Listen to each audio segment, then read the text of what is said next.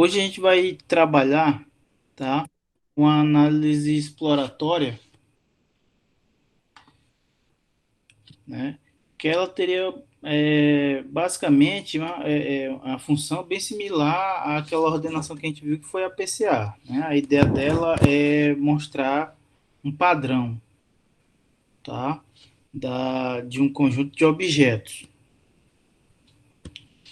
Ah, né, essa análise é chamado cluster, né, que são agrupamentos, ou análise de agrupamentos mesmo em português, tá? Então vamos lá, né, rodar essa análise. Como a gente já sabe, no R aqui vamos selecionar tudo, né, os pacotes que vão ter as funções que a gente vai precisar utilizar para rodar a análise, ok? E aí é aquele mesmo sistema, né? Vou abrir aqui a seção, tá? E selecionar o diretório que a gente vai estar trabalhando. O diretório vai ser a mesa de trabalho, tá? A gente vai trabalhar com o mesmo conjunto de dados que a gente rodou a PCA, tá? Lembrando, né, o análise de agrupamento, o cluster, a gente pode trabalhar tanto com dados ambientais, tá, variáveis ambientais, quanto com composição de espécies também, sendo elementos preditores, tá, de determinado padrão, tá? Então vamos lá. Vou chamar aqui, ok? Então tá aqui, ó. Vamos ver aqui, né? Visualizar os dados. Como eu disse para vocês, ó, os dados são aqueles mesmos que a gente utilizou para rodar a PCA, tá? Ah, então aqui, ó, da mesma forma vocês veem. Para esse teste, né, a gente precisa, essa análise, a gente precisa que os dados sejam o mais próximo da normal possível, tá? Então, da mesma forma aqui, para que a gente tenha essa aproximação e que a gente reduza bastante as outliers, tá? A gente tem que fazer uma transformação dos dados. No caso aqui, a gente vai transformar, tá? Novamente pelo método deconstand, tá? E aí, novamente a gente explica por que é que usa o deconstand aqui nesse modelo, né, standardiza. É porque a gente está trabalhando, como vocês viram, dados ambientais. Então você usa, tá? Esse tipo de transformação aqui, ok? Então aqui a gente pode observar, ó, que os dados aqui, né, eles foram padronizados. Veja que eles estão diferentes dos dados que são esses aqui, tá? Agora a gente vai ter que construir, tá, o índice de similaridade que vai determinar a matriz de distância, né, ou matriz de similaridade, né, depende de qual índice a gente está considerando. Aqui a gente vai escolher, tá, o método euclidiano, tá? Porque, novamente, toda vez que a gente estiver trabalhando com variáveis ambientais, a gente trabalha com a distância euclidiana, ok? Então, vamos rodar aqui. Agora, vamos escolher o método de ligação, tá? Ou seja, como é que eles vão, né, se ligar, tá? Os objetos. Então, o método vai ser através da média, tá? A média dos valores vão ser retirados e a partir disso ele vai determinar como vai se ligar os objetos, tá? Ok, feito isso, agora a gente vai plotar, né, o cluster, o agrupamento, tá? Então tá aqui, tá? Então uma análise rápida, né, do gráfico, o que é que ele está informando para a gente, tá? Né, o que tiver aqui para cima, tá? o que está mais distante, né, tem menos similaridade. O que tiver mais aqui para baixo é o que é mais similar, certo? De forma geral, a gente interpreta esse gráfico, né, sempre nesse sentido, de cima para baixo, tá? A, a interpretação dele é relativamente arbitrária, né? A gente tem que ter certo conhecimento dos dados que a gente coletou e observar, né, se o que os clusters estão mostrando aqui tem sentido ambiental daquilo que a gente observou e alguma coisa já, né, dentro da literatura, tá bom? Então lá na PCA, nesse conjunto de dados, a gente estava pressupondo, tá, que as primeiras três amostras eram de ambientes conservados, as três seguintes de ambientes alterados e as três últimas de ambiente degradado, tá? Então, o que é que a gente pode verificar aqui? Que quando se formou o cluster, ele está indicando exatamente isso para a gente. A gente tem três, né, grupos, tá? Aqui, ó. E aí, o que é que eu posso fazer? Eu posso usar, tá? Esse elemento aqui para separar os clusters, né? Os agrupamentos, tá? E aqui, ó, eu estou usando K3, por quê? Porque ele vai usar, porque aqui já está bem, né? Fácil de visualizar que existem três grupos, tá? Então, ó, com esse recurso aqui agora, vocês estão vendo que eu, né, estou dando destaque a três grupos. E aí, o que é que a gente pode observar? O grupo de riachos conservados, ele está mais bem associado, né, ou correlacionado aqui com os grupos de riacho alterado.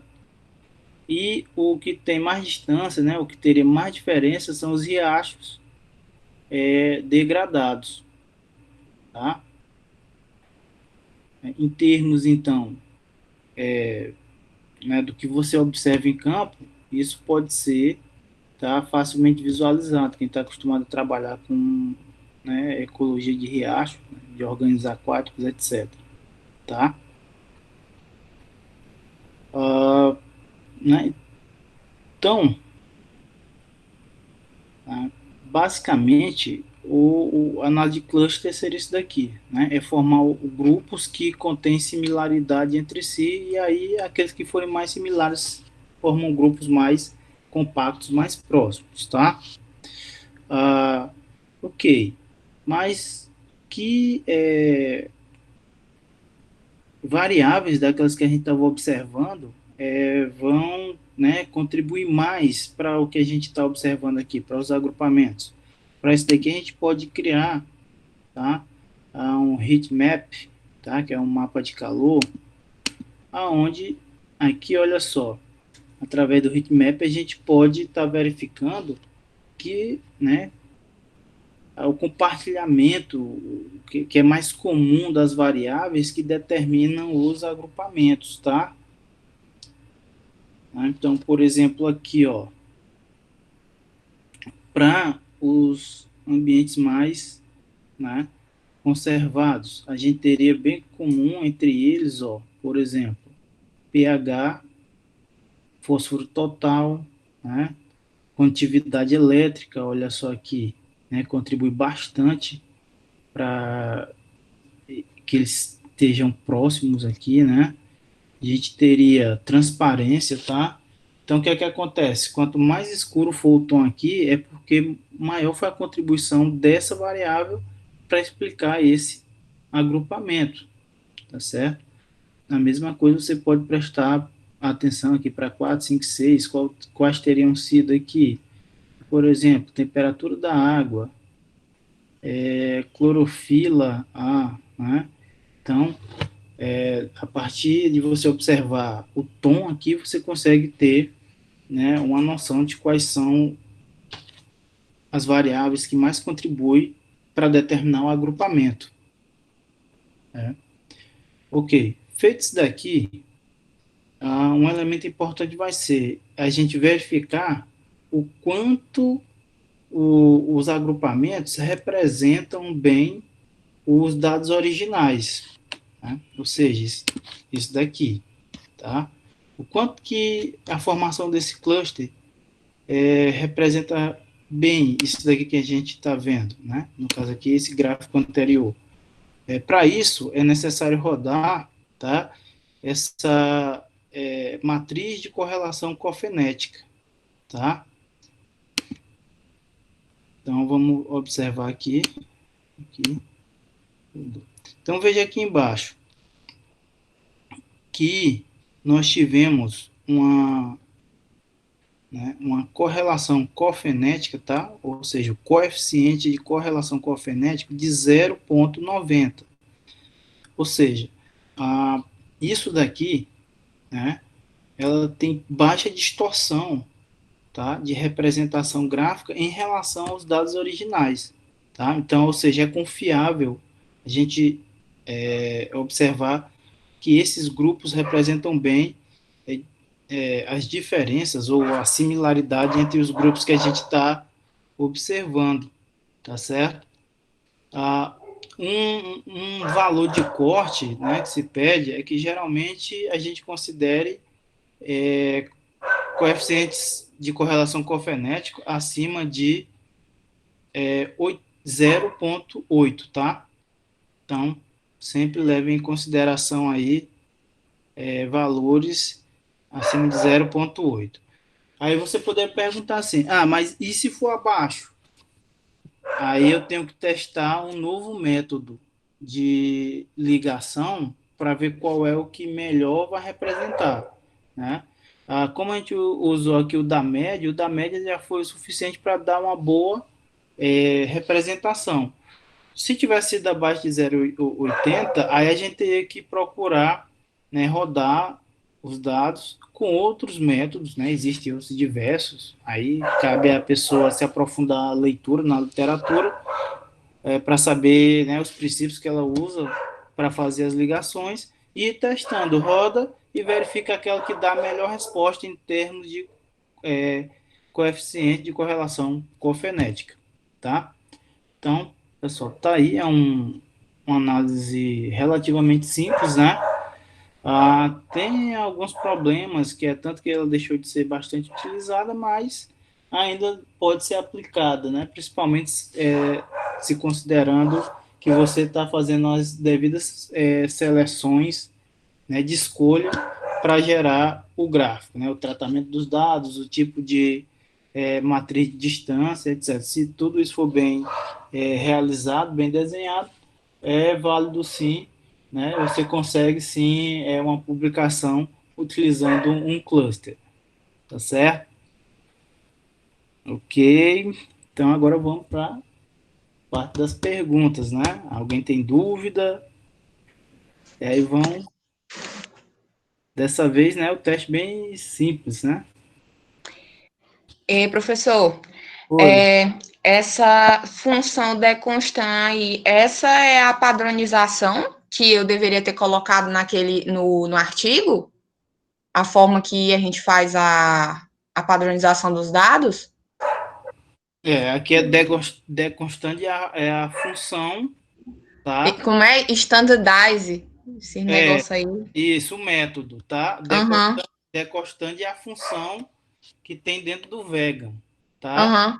E aí, standards é o método que ele usa para padronizar, tá bom? Uhum. Com relação a esse teste, aí ele faz.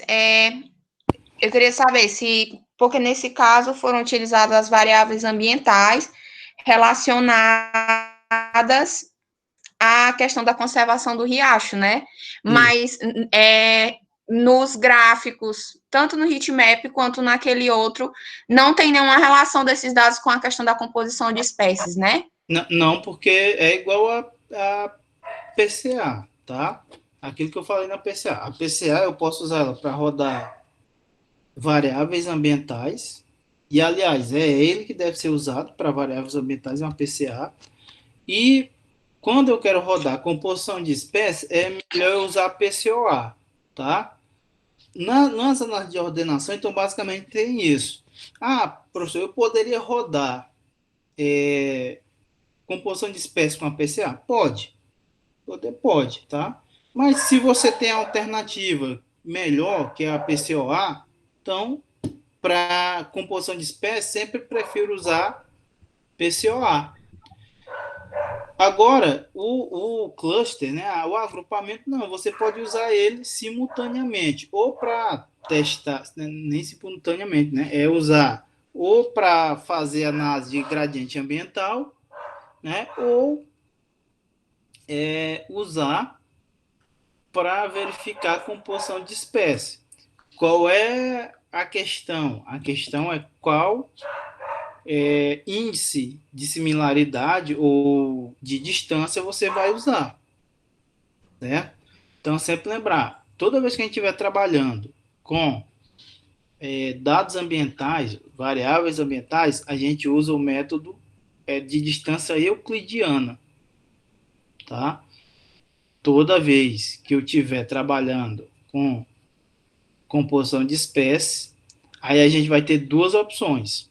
Se eu estou trabalhando composição de espécie com presença-ausência, aí a gente vai geralmente usar método de Jacquard, tá? Ou método de Sorensen, tá? E se eu estiver trabalhando com uma matriz de distribuição de abundância, aí eu uso a distância de Bray-Curtis.